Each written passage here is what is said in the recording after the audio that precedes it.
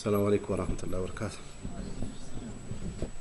إن الحمد لله نحمده ونستعينه ونستغفره ونستهديه ونعوذ بالله من شرور أنفسنا ومن سيئات أعمالنا.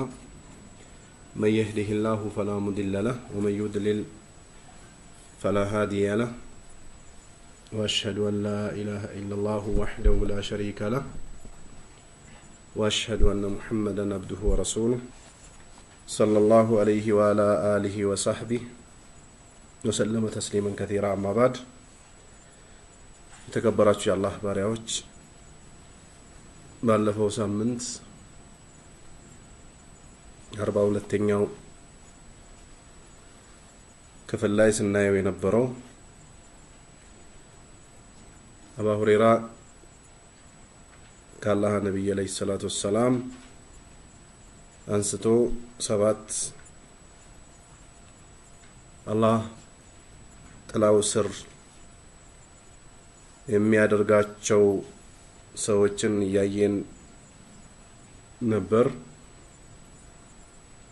ዛሬም የአላህ ፍቃድ ከሆነ ይህንን ሐዲስ የሚያብራሩና ተጨማሪ ገለጻዎችን የሚገልጹ ሁለት ሐዲሶችን ተመልክተን ወደሚቀጥለው ደርሳችን እንሄዳለን። عن ابن عباس رضي الله تعالى عنه قال سمعت رسول الله صلى الله عليه وسلم عبد الله بن عباس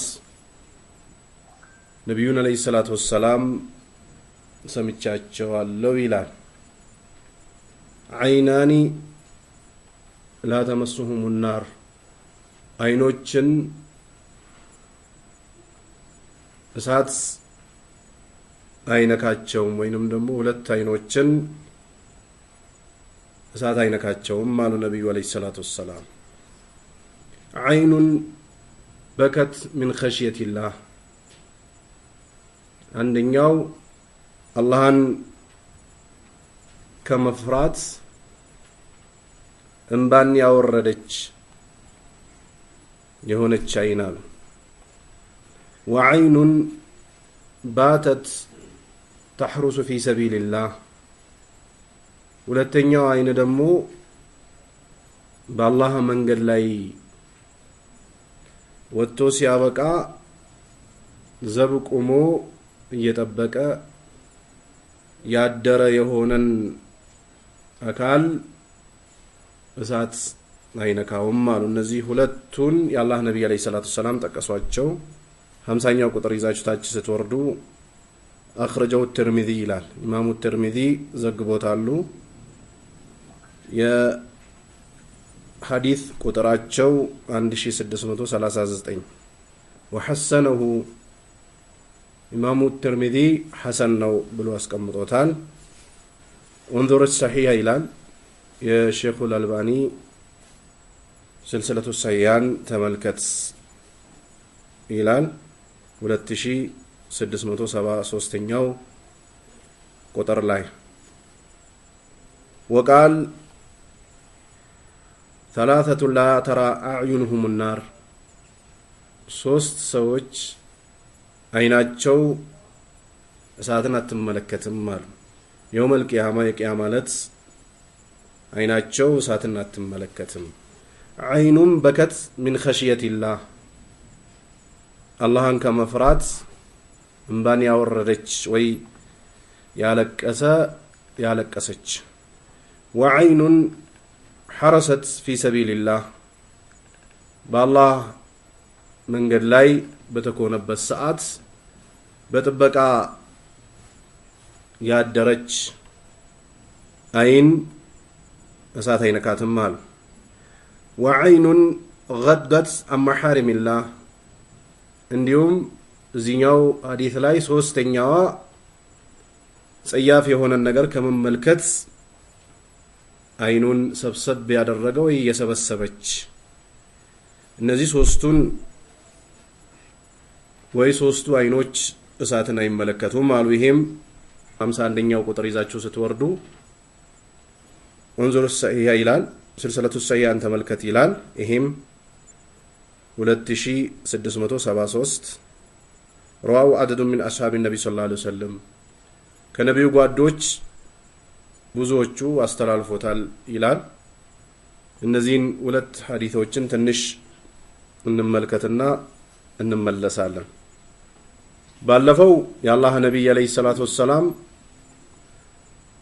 7 ሰዎች አላህ በጥላው ስር ያደርጋቸዋል ብሎ ከተቀሷቸው መካከል አንደኛው በመጀመሪያ ደረጃ የጠቀሱት አልኢማሙል አዲል አሉ ነብዩ። ፍትሃዊ የሆነ መሪ ከተስተካከለ ብዙ ሰው ይስተካከላል። በአመራር ደረጃ ያሉ ሰዎች እስላም በሚያዛቸው የሚመሩና የሚመሩ ከሆነ በጣም ብዙ አይነት ጥቅሞች አሉ። መሪ ከተበላሸ ደግሞ በጣም ብዙ አይነት ብልሽቶች ይከሰታሉ። የዝሙት በሮች ክፍት ይሆናሉ። የወለድ መንገድ ለሰዎች በሚፈልጉት መንገድ ያመቻቻሉ። የማዕሲያ መንገዶችን በሰፊው ያንሰራፋሉ መሪዎች ከተበላሹ። ለዚህ ነው ሰለፊዮች ወይ የሰለፊያ አሊሞች አንድች ለሰው ልጅ አላህ ቀበለሃለው የሚለው ዱዓ እንዲሁ በግልጽ ቢነገር የኔን ለመሪ አደርጋት ነበር ይላሉ። የመሪ መስተካከል ብዙ ነገሮች እንዲስተካከሉ ያደርጋል። የሰው ልጆች ደም ይጠበቃል። የሰው ልጆች ደም ዝም ብሎ በግፍ አይፈስም። የሰው ልጆች ገንዘብ ዝም ብሎ አይቀማም፣ መንገድ አይዘጋም። ሌብነት፣ ዝሙት የመሳሰሉ ጸያፍ የሆኑ ነገሮች በአደባባይም በድብቅ አይሰሩም መሪው ከተስተካከለ። መሪ ከተበላሸ ግን እነዚህ ነገሮች ድጋፍ ስለሚያደርግ እንደውም ስለሚያበረታታ ሀገሪቷ የተበላሸች ትሆናለች። በመጀመሪያ የጠቀሱት የአላህ ነብይ ፍትሃዊ የሆነ መሪን ነው። ሁለተኛው ወሻቡ ነሻ ፊ ዒባደቲ ረቢሂ ያሉ የአላህ ነብይ ጌታውን በማምለክ ያደገ ወይ ያደገች ብሎ የጠቀሱት የአላህ ነብይ። ይህንንም በከፊሉ ለማየት ሞክረናል። ወረጁሉን ቀልቡ ሙዓለቁን ፊል መሳጅድ፣ እንዲሁም አንድ አካል ልቡ በመስጂድ የተንጠለጠለች ለኢባዳ፣ ለሰላት፣ ለጀማ፣ ለጁማ እንዳጠቃላይ መስጊድ ውስጥ ለሚሰሩ ኢባዳዎች ፍቅር ያለው ወደ መስጊድ ልቡ የምትንጠለጠል ወንድ እሱም የአላህ ጥላ ስር ይሆናል ብሎ የአላህ ነብይ ጠቀሱት። ወረጁላን ተሐባ ፊላሂ፣ ሁለት ሰዎች ለአላህ ብሎ የተዋደዱ የሚለውን በሰፊው ያየነው ነበር። አንገብጋቢ የሆነ ወሳኝ የሆነ ነጥብ ነው። ነቢያቶች ልጆቻቸውን የተለዩበት ነቢዩላህ ኑህን የመሰለ፣ ነቢያቶች ከአባታቸው ጋር የተለዩበት ነቢዩላህ ኢብራሂምን የመሰለ፣ ነቢያቶች እንዳጠቃላይ ሀገራቸውና ዘራቸውን ለቆ የሄዱበት ነቢዩ ሙሐመድን አለይሂ ሰላቱ ወሰላም የመሰለ አንጋፋው የኢማን መሰረት፣ የእስላም መሰረት፣ የሱና መሰረት ነው መውደድና ለአላህ ብሎ መጥላት። ይቺ የሌለችው ሰው ሱናን መርዳት አይችልም፣ እስላምን መርዳት አይችልም። ወይ ለእስላም ዘብ መቆም አይችልም፣ ለሙስሊሞች ዘብ መቆም አይችልም። ለምን? በጎሳ የሚያቃቸው ሰዎች ሲመጡ ዲንን ይሸረሽራል። ወይ በዝምድና የሚያቃቸው ሰዎች ሲመጡ ዲንን ይሸረሽራል። ወይ በገንዘብ የሚረዱ ሰዎች ሲመጡ ዲንን ይሸረሽራል። ወይ አብሮት ያደጉና አብሮት ሲበሉ የነበሩ ሰዎች ሲመጡ ዲንን ይሸረሽራል ወይ ትሸረሽራለች። ይቺ ለአላህ ብሎ መውደድ፣ ለአላህ ብሎ መጥላት የሌለችው የሆነ ሰው ኸይር አይከጀልለትም። ሱናው፣ አቂዳው፣ መንሃጁ ላይ ይጸናል ተብሎም አይከጀልለትም። ነገር ግን እቺ አንጋፋዋ መሰረት እምነት ያለችው ሰው ፍትናዎችን ሊያልፍ ይችላል ወይ ያልፋል በአላህ ፍቃድ። እዚህኛው ዛሬ የምንመለከተው ሐዲስ ላይ ነብዩ መሐመድ አለይሂ ሰላቱ ወሰላም ወዐይኑን ባተት ተህሩሱ ፊ ሰቢልላህ ያሉት ከዚህ ሐዲስ ጋር የሚገናኝ የሚዛመድ ነገር አለው። በአላህ ዲን ላይ ጥበቃ ወይ ዘብ ቆሞ አይኑ ጥበቃ ላይ ያደረች የሆነ ወንድ አይኑን እሳት አትነካውም አሉ የአላህ ነብይ አለይሂ ሰላቱ ወሰላም።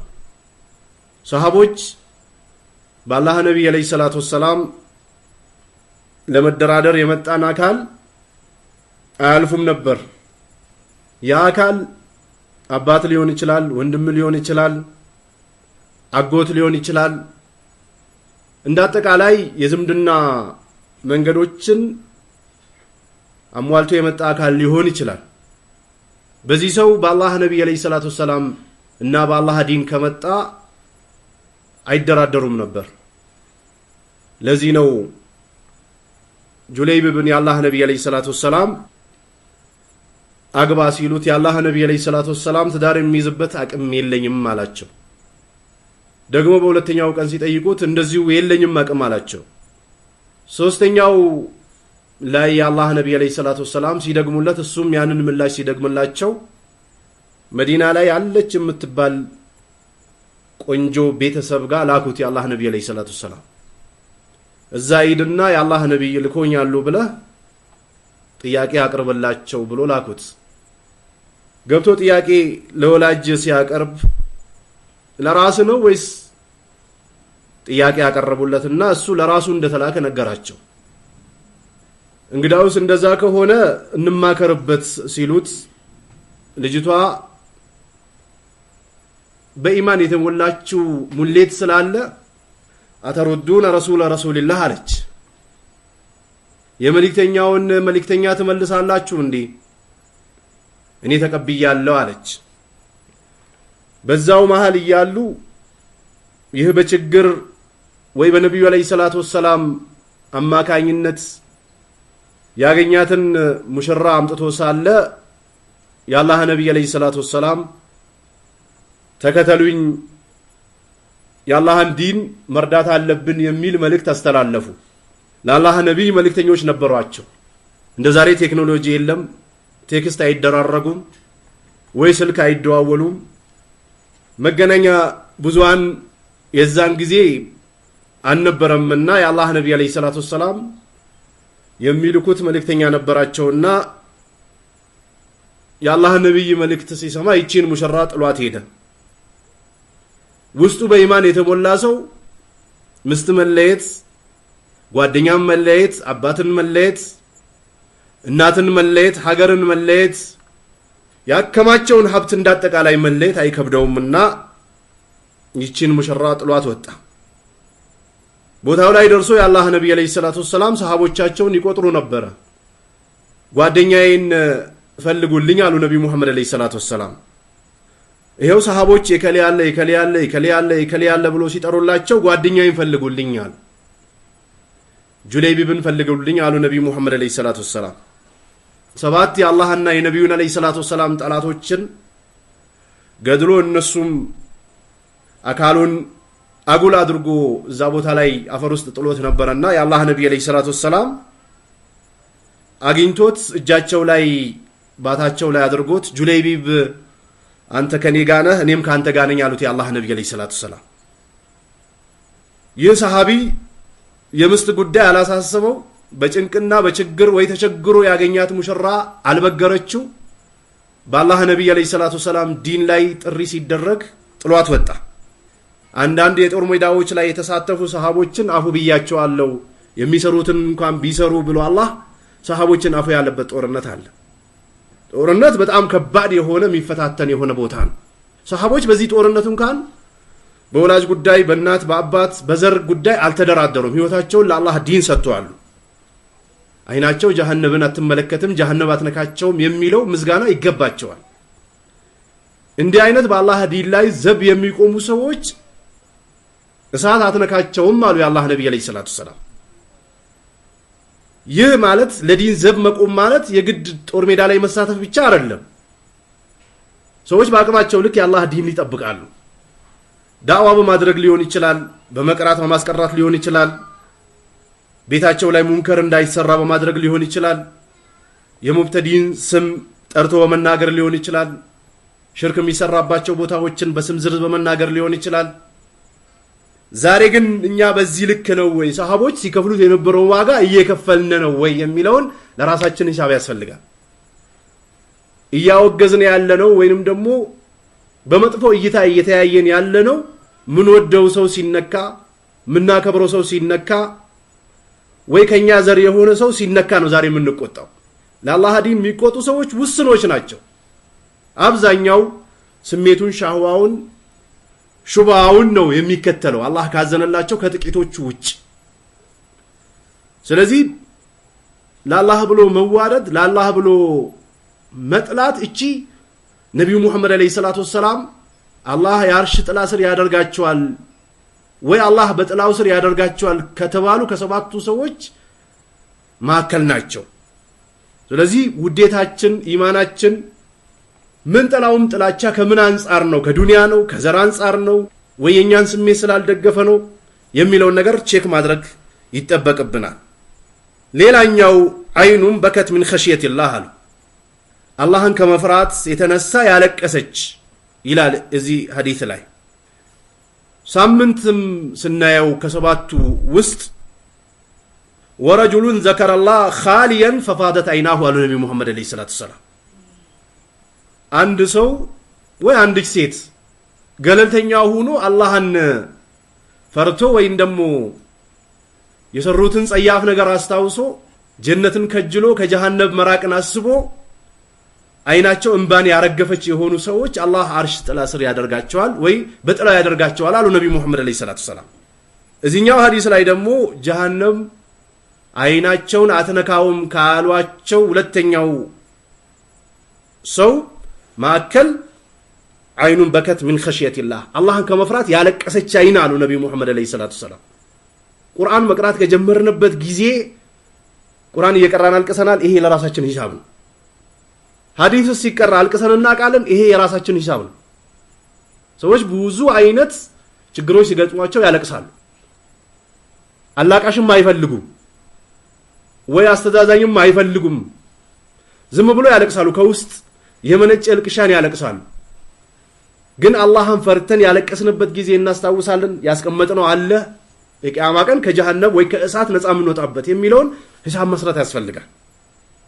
የአላህ ነብይ ከተቀሷቸው ከአንጋፋው ሰዎች መካከል አንደኛው አላህን ፈርቶ ወይ አላህን ፈርታ ያለቀሰች አይናሉ የአላህ ነብይ አለይሂ ሰላቱ ሰላም። ይሄም እንግዲህ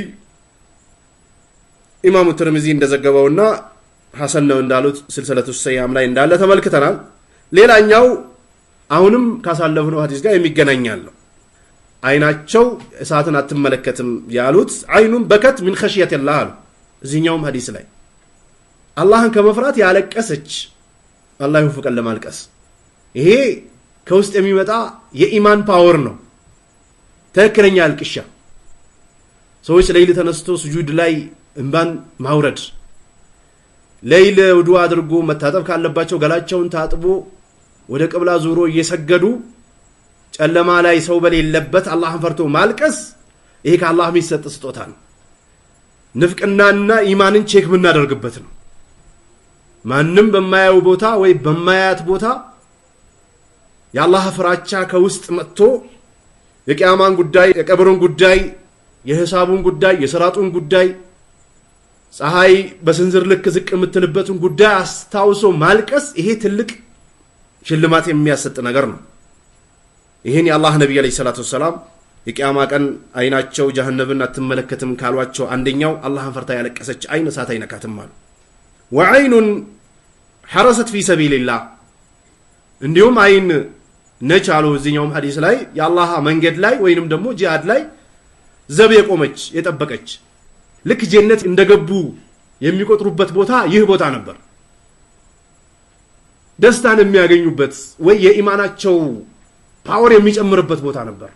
ከአላህ ነብይ አለይሂ ሰላቱ ሰላም አብሮ ተጉዞ የአላህን ጠላት ሲጋፈጡና የአላህን ጠላት ብሎክ ሲያደርጉ በጣም ደስተኞች ነበሩ። የሙእሚኖች ሐለታቸው እንደዚህ ነው። ዛሬ በተቃራኒው ሰዎች ረድ ላይ ከገቡ ወይም ደግሞ ሰዎች ላይ ምላሽ የሚሰጡ ከሆነ ሰዎች መጥፎ ቃላት ሲሰነዝሩባቸው አርፈው ይቀመጣሉ። ወይ አንዳንድ ስንዘራዎች ሲዘነዘሩባቸው ዲኑን ትቶት ወደ ንግድ ይገባሉ። ሀገሩን ለቆት ሌላ ሀገር ይሄዳሉ። ሰፈሩን ለቆት ሌላ ሰፈር ይቀይራሉ። ሰሃቦች በተቃራኒው ነበር። ለአላህ ዲን ዋጋ የሚከፍሉበት ቦታ ላይ ሲደርሱ ደስተኞች ነበሩ። ይቺም እንግዲህ ዋጋ የምታስከፍል ነች። ወዐይኑን ገደት ዐን መሐሪሚላህ አብዛኞቻችን የወደቅንበት ማለት ነው። ሐራምን ከማየት ሰብሰብ ያለች አይን አሉ ነቢዩ ሙሐመድ አለይሂ ሰላቱ ሰላም። ይሄ አብዛኞቻችን የምንወድቅበት ወይም ደግሞ ፈተና ቢኖር የምንፈተንበት ጉዳይ ነው። እጃችን ላይ ያለው ሞባይል ተጫውቶብናል። ሰዎች ዛሬ 2-3 ሰው ሆነው ይቀመጣሉ። 3ቱም ሰው 4ቱም ሰው ከተቀመጡ የሚመለከቱት ሞባይላቸውን ነው። ሞባይላቸው ሲታይ ደግሞ ሙንከር ነገር ነው የሚያዩበት። ቁርአን ቢቀሩበት፣ ሐዲስ ቢቀሩበት፣ ዳዋ ቢያዳምጡበት፣ አልፎ ተርፎ ሂሳብን ቢሰሩበት ጥሩ ነበር።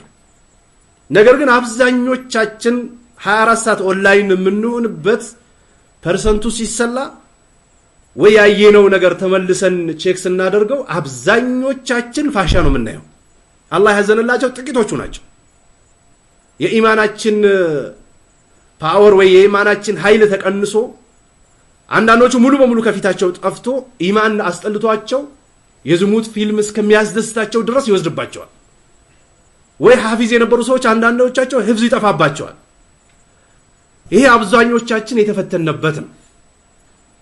አይኖቻቸውን ሐራም ከማየት የገቱ ሰዎች የቂያማ ቀን አይናቸውን ጀሃነም አይነካውም አሉ ነብዩ መሐመድ አለይሂ ሰላቱ ሰላም። ስንት ሴት ነው የምናየው በቀን? የስንት ሴት ጸጉር ነው የምንመለከተው? የስንት ሴት ፊት ነው የምንመለከተው? የስንት ሴት እግር ነው የምንመለከተው? የስንት ሴት ድምጽ ነው የምንሰማው? የስንት ሴት የሽቶ ሽታ ነው የምናሸተው የሚለው ለራሳችን ነው ዋናው ሂሳብ ማድረግ ያለብን። ሴቶችም እንደዚሁ ከኛ አልፎ ተርፎ ልጆቻችን ምን እየሰሩ ነው ያሉት? ቁርአን እያሐፈዙ ነው? ሐዲስ እያሐፈዙ ነው? አንዳንድ አባቶቻችን ቤት ቴሌቪዥን ያስገባሉ። ያስገቡት ቴሌቪዥን ያንሳቸውና ለልጆቻቸው በልጅነት ስልክ ገዝተው ይሰጧቸዋል። እዛ ስልክ ላይ የሚሰሩበት ምንድነው? ስራ እየሰሩ ነው አይደለም፣ ሙንከር እያዩ ነው ያሉ። የዝሙት ፊልሞች በአይነታቸው በስማቸው ዝርዝር ይናገራሉ። የሙዚቃዎች አይነት ከነስማቸው ያስቀምጣሉ። ዘፋኞቹን ቁጥራቸውን አይስቱ። ኳስ ተጫዋቾች የሚጫወቱ ሰዎችን ከነቁጥራቸው ከነስማቸው ይጠቅሳሉ። ይሄ አላህ ዘንድ የሚያስጠይቅ ጉዳይ ነው። አላህ ቁርአን ላይ يغضضن من أبصارهن على الله አይኖቻቸውን ሰበር እንዲያደርጉ ንገራቸው። ዝም ብሎ ፊዚካል እንደዚህ በማየት ብቻ ነው አይደለም። ሞባይልን የሚመለከታል። ሞባይሎቻችን ላይ የሚመጡ ሴቶች ሐራሞች ናቸው። ሞባይል ላይ የሚመጡ ወንዶችን አፍጥጦ ማየት ሐራም ነው። ይሄ የተከለከለ ነው። ሙእሚን ለሆኑ ሴቶች አይኖቻቸውን ሰበር እንዲያደርጉ ንገሯቸው። ويحفظن فروجهن على الله ብልቶቻቸውንም ይጠብቁ ዝሙት ላይ እንዳያሳርፉ ይላል። ሴትን መመልከት ወይ ሴት ወንድን በሻህዋ መመልከት የተከለከለ ነው። የአላህ ነብይ አለይሂ ሰላቱ ሰላም የመጀመሪያ የምትወረወረዋ እይታ ላንተ ነች አሉ። ሁለተኛ ሶስተኛ የምትመለከታት ባንተ ነች አሉ ነብዩ መሐመድ አለይሂ ሰላቱ ሰላም። አንድ ሰው አንድ ጊዜ መንገዱ ላይ ሊገጥመው ይችላል። ከዛ በኋላ ሰብር ማድረግ አለበት። ቀን ሙሉ ስልክ ስንመለከት ስንውል ማታ ማታ ኢማናችን በራሳችን ቼክ ማድረግ እንችላለን። ባዶ ቀፎ ነው የምንሆነው። ብንቀራ ቅራቱ ውስጣችን አይገባም። ሐዲስ ብናዳምጥ ማዳመጥ አንችልም። አንዳንዶቻችን ደግሞ ሐራም ነገር አይተን እንረበሻለን፣ አንረጋጋም። ፊታችን ራሱ ሰላም ይነሳል፣ እንቅልፋችን ግራ የተጋባ ይሆናል። ይሄ ጀዛ ነው። አላህን ለሚያምፁ ሰዎች የሚሰጣቸው ጀዛ ነው። አን ዩጅዘ ቢሂ አላህ መጥፎን ነገር የሚሰራ ሰው ይመነዳበታል። ጸያፍ የሚሰሩ ሰዎች በብዙ ነገር ይመነዳሉ። ከሚመነዱበት አንደኛው በጭንቀት ይመነዳሉ ይላል። ጭንቅ ውስጥ ገብተው እንዲኖሩ ሀያታቸው የተረበሸ የተጨነቀ፣ ኑሯቸው ላይ ያለ መረጋጋት፣ የሚበሉት ምግብ ላይ ደስተኛ ያለ መሆን፣ የሚለብሱት ልብስ ላይ ደስተኛ ያለ መሆን፣ የሚነዱት መኪና ላይ ደስተኛ ያለ መሆን፣ የያዙት ትዳር ላይ ደስተኛ ያለ መሆን፣ የሰሩት ህንፃ ላይ ደስተኛ ያለ መሆን፣ የነገዱት ንግድ ላይ ወይ የዘሩት ዘር ላይ ወይ እርሻቸው ላይ ደስተኛ ያለ መሆንን አላህ ይሰጣቸዋል። ጀዛቸው ነው ይሄ። ሸተን ደንካ አላህ እኔ ያዘዝኩበትን ትእዛዝ ነቢ ሙሐመድ አለይሂ ሰላቱ ወሰላም ይዞት የመጡትን አሻፈረኝ ያሉ ሰዎች ጭንቅ የሆነ ህይወት አለለታል። ወነኽሹሩ የውመል ቂያመቲ አዕማል አላህ አይኑ ላይ ሲያፈጥባት ነበር፣ ሐራም ሲሰራባት ነበር፣ ሲመለከትባት ነበር። ጆሮውም እንደዚሁ የቂያማ ቀን ዕውር ተደርጎ ቃለ ረቢ ሊመ ሐሸርተኒ አዕማ ጌታዬ ለምን ዕውር አድርገህ ቀሰቀስከኝ ብሎ ይጠይቃል የቂያማ ቀን። ቃለ ከዛሊከ አተትከ አያቱና ፈነሲእታ ወከዛሊከ ልየውመ ቱንሳ ይለዋል አላህ። የእኛ አንቀጽ እንደዚሁ መጣለ፣ ትእዛዙ ክልከላው መጣለ። አሻፈረኝ ብለህ ጆሮን ዘጋው ረሳኸው፣ ዛሬ ደግሞ እኛ ምንድሃን እንመነድሃለን ይለዋል አላህ። ስለዚህ ሐራም ከማየት ሐራም ከመስማት ሙዚቃን ከመስማት ሴቶችን ከማየት ቲክቶክ ከመመልከት ቴሌግራም ላይ ዩቲዩብ ላይ ጸያፍ የሆኑ ነገሮችን ከመመልከት መጠንቀቅ አለብን። በምንመለከተው ብቻ አይደለም የቂያማ ቀን አላህ የሚጠይቀን፣ በያዝነው በስልካችን እንጠየቃለን፣ በምንሞላው ኢንተርኔት እንጠየቃለን፣ በጊዜያችን እንጠየቃለን። በጣም በብዙ ነገር ነው የምንጠየቀው። ሚዲያዎች ላይ ተጥዶ የሚውሉ ሰዎች ከዱንያው እንኳን ሲስተም የወጡ ሰዎች ናቸው። ቫይረስ ተሸካሚዎች ናቸው ወይ ሱሰኞች ናቸው። መጠጥ የጠጣ ሰው በጠጣበት ሰዓት ለተወሰነ ጊዜ ይሰክራል። ተኝቶ ሲነሳ ወደ ነበረበት አቅሉ ይመለሳል። በቲክቶክ በቴሌግራም በዩቲዩብ በተለያዩ ሚዲያዎች ላይ ሱስ የያዛቸው ሰዎች 24 እንደሰከሩ ነው። መስጊድም ቢገቡ እጃቸው አታርፍም፣ መኝታ ቤት ቢገቡም አታርፍም፣ ምስታቸው ጋር እራት ሊበሉ ቢቀርቡም አያርፉም። አንዳንዶቹ ባልና ሚስት ራሱ ምግብ አቅርቦ እሷም ስልክ ታያለች እሱም ያያል። የሆነ ነገር እንኳን ብታወራ ምን አልሽኝ ምን አልከኝ ነው የሚባባሉት። የለም ሐሳባቸው ሌላ ቦታ ነው። ሀገር እየጠበቁ ነው፣ ሀገር እየመሩ ነው፣ እየቀሩ ነው፣ እያስቀይሩ ነው አይደለም። እሷም ፋሻ እያየች ነው፣ እሱም እያየ ነው። ይሄ ደዩስነትም ጭምር ቀልብ መድረቅም ጭምር መጥፎነትም ጭምር ነው። ስለዚህ ሚዲያዎች አካባቢ ያለውን ነገር በጣም መጠንቀቅ አለብን። ሚዲያውን አውቀን ካልተጠቀምንበት እንጠፋለን። በዲን ስም ቲክቶክ፣ ዋትስአፕ፣ የተለያዩ ዊቻት የተለያዩ ነገሮችን እንከፍታለን። እንደ ማስታወቂያም ይሁን እንደ ስህተትም ይሁን የሆነ ነገሮች ሲደርሱን ጨርሰን ሳናየው ሳንመለከተው አናልፍም። አላህ ያዘንላቸው ጥቂቶች ናቸው በዛው የሚያልፉት እንጂ አብዛኞቻችን ደረሳን ብንሆን እንሸወዳለን። ብዙ ጊዜ የዝሙት ፊልም አይተን ከጭንቅላታችን ማስወጣት አንችልም፣ ቁጭ ይላል። በጣም የሚገርመው አንዳንድ መጥፎ ነገር ያየናቸው መጥፎ ነገሮች እስከምንሞት ድረስ ጭንቅላታችን ላይ ቤት ይሰራሉ። ማስወጣቱን ካን አንችልም፣ መጥፎ ነው። ለዚህ ነው ቀድሞ መጠንቀቅ የሚባል። ለዚህ ነው ሰለፎች ሙንከርን ወይንም ደግሞ የሙብተዲን ቃላት አንሰማም ውስጣችን ላይ ገብቶ ቢቀረቀርስ ብሎ የሚሰጉ የነበሩት ለዚህ ነው።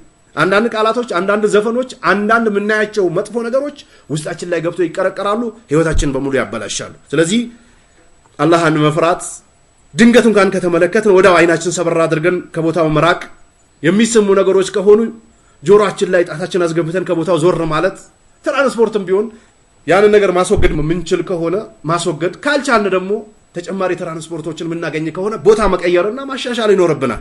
ሐራም ነገሮች ላይ ተጥደን መዋል የለብንም። ወልኸውፉ ይላል ፍራቻ ሚነል ኸልቅ ከፍጥረታት መፍራት መዝሙም ነው፣ የተወገዘ ነው። ፍጥሩን የሚፈራ ሰው የተወደሰ አይደለም አላህ ዘንድ። ወምንሁ ማ ሁወ ማዕሲያ ከኸውፉ ማዕሲያ የሆነ አለ፣ ወንጀል የሆነ አለ፣ የሚመሳሰልበት ሰው አለ። ሲህር አጠገቡ ሳይቀርብ ዝም ብሎ ሲህር የተሰራበት መስሎ ዝም ብሎ የሚፈራ ሰው አለ። አንዳንድ ሰው ዝም ብሎ አይኑ ወይ ስራ ላይ ውሎ ሲደክመው ማታ ገብቶ አይኑ ከተርገበገበ ማን ሲህር ሰርቶብኝ ነው የትኛው ቡዳ በልቶኝ ነው ብሎ የሚፈራ ሰው አለ።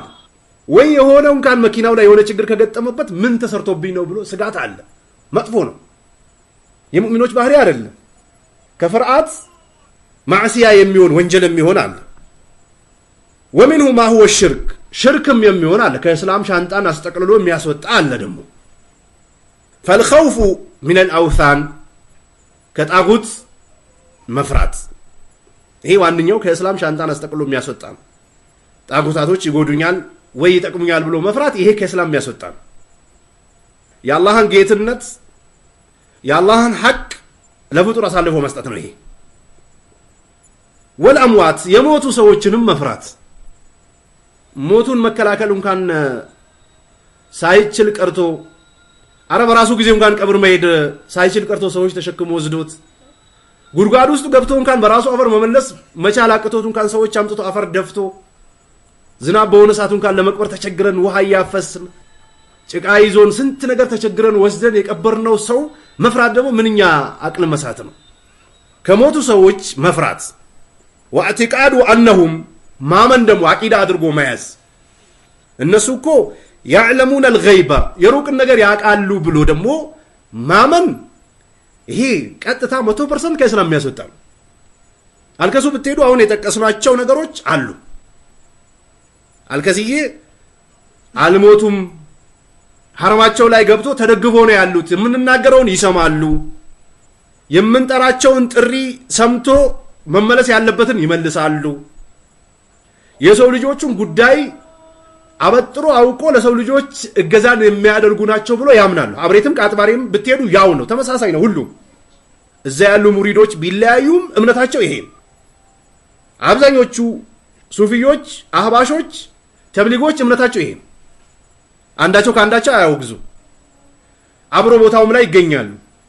ከነዚህ ከሞቱ ሰዎች መፍራት ማመን ደግሞ የሩቅን ነገር ያውቃሉ ብሎ ማመን ወአነሁም ዩአሲሩነ ቢነፍዒ ጥቅምን ማምጣት ይችላሉ ብሎ ማመን ወደሪ ጉዳትንም ማምጣት ይችላሉ ብሎ ማመን ከኸውፊል ሙሪድ ልክ ሙሪድ እንደሚፈራው ምን ሼኽ ከሼኽ እንደሚፈራ ሼኽ ጠሪቀቲሂ የመንገዱን ሼኽ ይፈራል።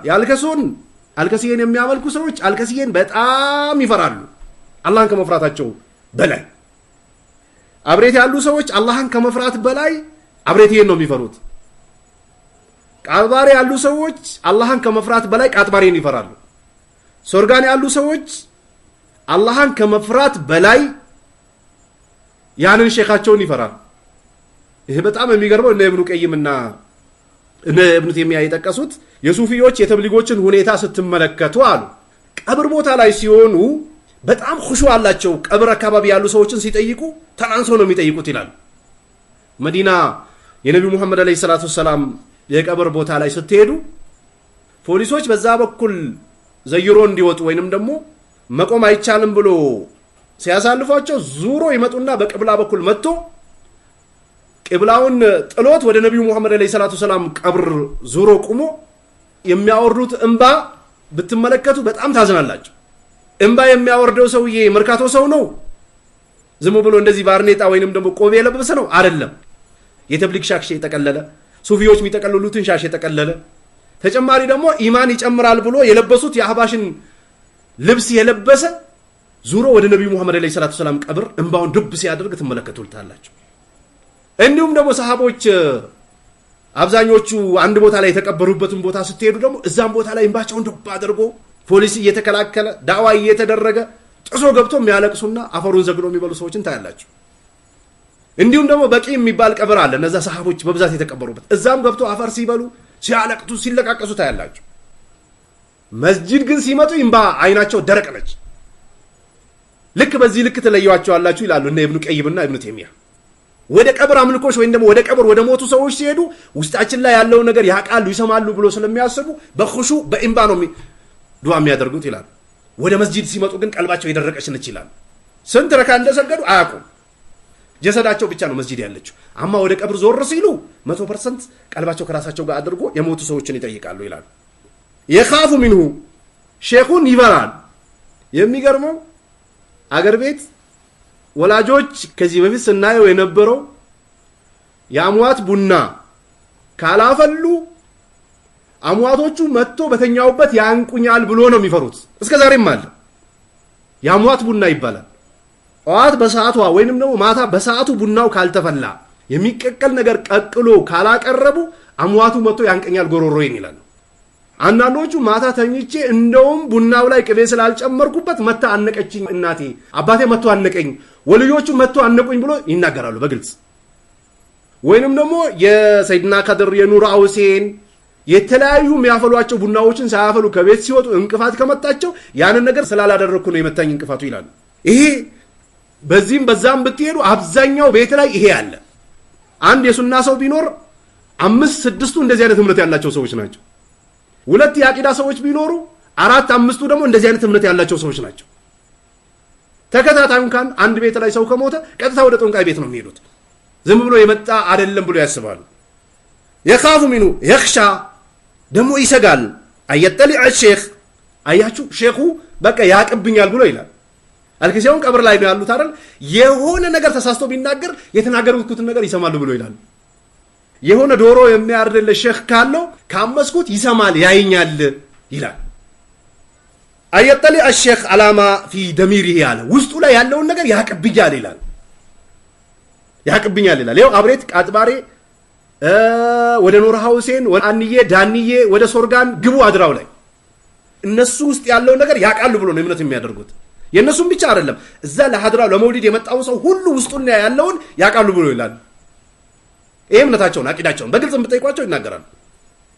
ለዚህ ነው መንዙማቸው ላይ በግልጽ የሚናገሩት። ድቤ እየቀጠቀጡ እንደ ምዳቆ እየዘለሉ የሚናገሩት ለዚህ ነው። ስላመኑበት በግልጽ ይናገራሉ። ፈየዱሩሁ ይጎዳኛል ብሎ ይላል። ፊ ኢማኒሂ ኢማኑን ይወስድብኛል ብሎ ያስባል። በጣም የሚገርመው ኢማኔን ራሱ ያነሳብኛል ይላል። ድሮ አገር ቤት ዳዕዋ ስታደርጉ ወይንም ደግሞ ጀበና አይጠቅምም፣ ሲኒ አይጠቅምም፣ ጫታ አይጠቅምም ብላችሁ ለትላልቅ ሰዎች ዳዕዋ ስታደርጉ ተው ተው ተው ይጎዱሃል ተው ይላሉ። በምንድን ነው? በዱላ ነው የሚጎዱት? በቦክስ ነው የሚጎዱት? አይደለም፣ ቀልብ ያደርጉባል ይላል። የምን ቀልብ ነው ይሄ? ምን አይነት ቀልብ ነው? የሽርክ ቀልብ፣ የቀብር ቀልብ፣ የቡና ቀልብ፣ የጫት ቀልብ እንዴት አድርጎ ነው የሚደርሰው? ለራሱ ያልደረሰ ቀልብ ሰው ላይ ይደርሳል? ተው ይበላሃል ትበላል ይላሉ። አንዳንዱ ልጆች እንደውም ድሮ ዳዕዋ የሚያደርጉ የነበሩ ልጆች መጀመሪያ ዒልምም ላይ ሱናም ላይ አቂዳም ላይ በደንብ ሳይበስሉ ዳዕዋ ይጀምሩና ወይ በሴት ወይ በገንዘብ ተሸውዶ መርካቶ ሲገቡ አያችሁ የእሳቸው ቀልብ በልቶት እኮ ነው መርካቶ ገብቶ እቃ መሸከም የጀመረው ይላል ሲመሳሰልላቸው። ልክ በዚህ ልክ ነው በግልጽ የሚናገሩት። ወፊ ነፍሲሂ ይኸው ነፍሴንም ይጎዱኛል፣ አይናቸው ይበላሃል ተጠንቀቅ ምናምን ይባል ነበር አገር ቤት። አይን ነቢ ሙሐመድ አለይሂ ሰላቱ ሰላም የተናገሩት የአይን ቡዳ ወይንም ደግሞ የአይን መርዝ ችግር ያለባቸው ሰዎች ፈልጎበት አይደለም። በቃ ወልዩ ናቸው ያጠፉሃል ይላል። ማጥፋት ቢችሉ ራሳቸው ላይ ያለውን በሽታ፣ ራሳቸው ላይ ያለውን ድህነት፣ ሀገራቸው ያለው ችግር ማጥፋት ይችሉ ነበር፣ ግን አይችሉም። ወፊ አህሊሂ በቤተሰቦቹም ላይ ችግር ያደርሱብኛል ብሎ ይሰጋል። ወማሊሂ ገንዘቡንም ያመክኑታል ብሎ ይፈራል። ያመክኑታል ብሎ ይፈራል። ለዚህ ነው አዳማ፣ ቢሾፍቱ፣ አዲስ አበባ የተለያዩ ክፍለ ሀገር ያሉ ሰዎች ጉራጌ ከሆኑ የአብሬትዬና የቃጥባርዬን መውሊድ በአመት አክብሮ መኪናቸው ላይ ጫጭኖ ድቤ ጭኖ ሰደቃ ውሃ ሊሰጡ ሂዶ እዛ ቦታ ላይ ካልተሳተፉ ድንገት ካመለጣቸው የሆነ ነገር ሲሆን በቃ እሳቸው ያመጡት ሙሲባ ነው ይላሉ። በጣም የሚገርመው ሐረም ላይ አንድ ጊዜ የሆነ የግንባታ ዕቃ ወጥቆ የተወሰኑ ሰዎች ሞቶ ነበር። ሀበሻ ብዙ ባይሞትም የሌላ ሀገር ሰው ብዙ ሞቶ ነበርና ሸሪከቱ መካ የሚባል የሆነ ምግብ ቤት ነበርና ዘገብቼ ቁጭ ብዬ አጠገቤ የሆነ ሰው ቁጭ ብሎ ነበር። የቃጥባሬ ሰው እንደሆነ ያስታውቅም ኮፍያ ለብሶ ነበርና አጠገቤ ቁጭ ብሎ ነበር። ሁለቱ ሆኖ እያወሩ ነበር። እንደው የሆነ ትንሽ የዞርባ ጫት ብናገኝ እኮ እና አባን ጠርተን እኮ ይሄን ሙሲባ መመለስ እንችል ነበር ሲሉ ነበር እዛው ሐረም ቁጭ ብሎ። ወላሂ በጌታ ይሁንብኝ የሰማዋቸው በጆሬ። አያችሁ ከጉራጌ ዞን ወይንም ደግሞ ከጉራጌ ሀገር ተነስቶ መካ ሄዶ ሊያጠፉለት ማለት ነው ያንን እሳት። የሳውዲ መንግስት ያልቻለውን ያ ወርዶ የወደቀውን ዕቃ እነሱ ሄዶ ሊጠብቁለት ማለት ነው። እንደዚህ አይነት ሰዎች ሀጅ አደረጉ አላደረጉ ምንም ፋይዳ የለውም። እንደውም ቦታ ያጣባሉ እንጂ ምንም የሚጠቀሙት ነገር የለም። ወማሊሂ ገንዘባቸው ይጠፋል ብሎ ያስባሉ። አንዳንድ ይኸው የጉራጌ፣ የስልጤ፣ የአማራ፣ የኦሮሞ ባለሀብቶች በጣም ኦቨር ሀብት ከነበራቸው ሀብታቸው እየቀነሰ ከመጣ ቼክ የሚያደርጉት አካባቢ ላይ የነበሩ ሼኮች ወይ አካባቢ ላይ ያሉ አንዳንድ ወልዮችን በምን አስቀይሜያቸው ነው ገንዘብ የጠፋው ይላሉ። ለዚህ ነው ብዙ ጊዜ የሆነ ወለምታ ሲገጥማቸው ኑ ቀሩብኝ፣ ኑ ቃሙ፣ ኑ ዱዓ አድርጉ፣ ኑ ይበላ ምናምን የሚሉት የሚረብሹት እምነታቸው ስላልተስተካከለ። አማ ትክክለኛ አቂዳ ያላቸው ሰዎች ዘጋቸው ትክክል ካልሆነ ዘካቸውን አስተካክለው ያወጣል። የጉርብትና ሐቅ ካለባቸው የጉርብትና ሐቅ፣ ሐጅ ካለባቸው ሐጅ፣ ዑምራ ካለባቸው ዑምራ፣ የሰውዳ ካለባቸው መክፈል ያስተካክላል። አማ የሽርክ ሰዎች የሆነ ነገር ሲደርስባቸው 5 በሬ 15 በሬ አምጥቶ ግቢያቸው ላይ ያቆማሉ። ከዛ በኋላ ጫት ያዙና ሙሪዶችን ወይ ካኗር መስጊድ እየሄዱ በቅጥቅጥ ድቤ የሚቀጠቅጡ ሰዎችን ይዘው ይመጣሉ። በዛ በተበላው ጫትና በዛ በተደለቀው ድለቃ ሐጃቸው የሚወጣ ይመስላቸዋል። አያችሁ እንደዚህ ነው በቃ። ወሩበማ የኻፉ ምን ሼኽ ይኸው ከሼኹ ደግሞ ይፈራል። አየስሉ በኢማኑ አያችሁ ኢማኔን ይነጥቀኛል ብሎ ይፈራል። የሚገርመው አንዋር መስጊድ አካባቢ አንድ ልጅ ነበርና ዳዕዋ የሚያደርግ በጣም ብዙ ሙሲባዎች ደረሱበት ተቸገረ በጣም ድሮ ምናልባት የምታውቁት ልትኖሩ ትችላላችሁ ኤልያስ ይባላል ወጣት ነበር በሳቱ አንዋር መስጊድ ተውሂድ ዳዕዋ ተናገረ ከተባለ ሰው እሱ ነበር ሲያደርግ ነበር ቢደበደብ ምን ቢል ቢታሰር ለምንም ሳይበገር የተውሂድን ዳዕዋ በቁርአን በሐዲስ መረጃ ያመጣ ከፈለጋችሁ እዚህ ቁጭ ብላችሁ ስሙኝና የሳትኩት ነገር ካለ መልሱኝ ያለ በደንብ ዳዕዋ ያደርግ ነበር እስሩ ዱላው ድብድቡ ምኑ ሲበዛበት የሆነ ሰዓት ላይ አመመው ተብሊጎችና ሱፊዮቹ አያችሁ ከሼኾቹ ጋር ተዳፍሮ አመመው ይሄን እንኳን አይታችሁ አትነቁም ይሉ ነበር አንዋር መስጊድ ላይ ኢማናቸውን ይወስድብኛል ብሎ ይፈራሉ ወልሙሪዱና ሙሪዶቹ يؤمنون بمشايخهم በመሻይኾቻቸው ያምናሉ አሸደ من ኢማኒሂም بالله رب العالمين ባለማቱ ጌታ ከማመናቸው በላይ የሚፈሩት ሼኾቻቸው ነው የሚገርም ለዚህ ነው አላህ وحده اشمئزت قلوب الذين لا يؤمنون بالآخرة وإذا ذكر الذين من دونه إذا هم يستبشرون على الله ሲባል ይጨንቃቸዋል ከአላህ ውጭ ያሉ ደሞ ሲወሱ ደስ ይላቸዋል በአላህ ከማመናቸው በላይ በሼኾቻቸው ያምናሉ ويخافون من شيوخهم ከሼኾቻቸው ይፈራሉ أشد من خوفهم من الله ከአላህ ከሚፈሩት በላይ ከሼኾቻቸው ነው የሚፈሩት ምናልባት እናት አባት ወንድም እህት ተርፈው ከሆነ አጎት አክስት አለ የሆነች ሴትያ እድሜዋ በጣም ረጅም ሄዶ ነበር አለኝ የሆነ ኡስታዝ ሲነግረኝ እማማ ይሰግዳሉ በምን አቅም ይሰግዳሉ ይጾማሉ አረ በምን አቅም ይጾማሉ ከኢባዳ አይነቶች ዘርዝሬ አረ በምን ቺ ያደርጋሉ እሺ የኑር ሁሴን ቡና ያፈላሉ እሷን ሳሊዝማ እንዴት አኺራለኝ እንዴ ምናምን አሉኛል አያችሁ በዚህ ልክ ተርቢያ ተደርጉ ይሄ የሼኾቹን ጉዳይ ይሰራሉ የአላህን ግን አቅም የለኝም ብሎ ቁጭ ይላል አላህን ከመፍራታቸው ይልቅ ሼኾቻቸውን ይፈራሉ እንደዚህ አይነት ሽርክ ከእስላም 100% ሻንጣ አስጠቅሎ የሚያወጣ ነው ወነዑዙ ቢላሂ ሚነል ኹዝላን ይላል በጌታችን እንጠበቃለን ከመዋረድ ወአማ ኸውፉል ኢንሳን ሌላኛው የሰው ልጅ መፍራቱ ሚን አስባብል ሙእዚያ አዛ ከሚያደርጉ ነጥቦች መፍራቱ ከኸውፊሂ ልክ እንደ መፍራቱ ሚነል ዐዱ ይኸው ጠላትን መፍራቱ ይሄ ማንወቀስበት ነው አው ምን ሰብዑ ወይንም ደግሞ ከጫካ አውሬዎች መፍራት አው ሚን ገይር ዛሊከ ከሌሎቹ መፍራት من الأمور التي تدره متقوداو يهونون نجر مفراتو فهذا خوف طبيعي يبالا إيه تفطراوي يهون فرات يبالا عند أجر يالو سوج كليلا أجر يالو سوج متول يورون يشلالو بلو يزجاجال إيه تفطراوي يهون فرات يبالا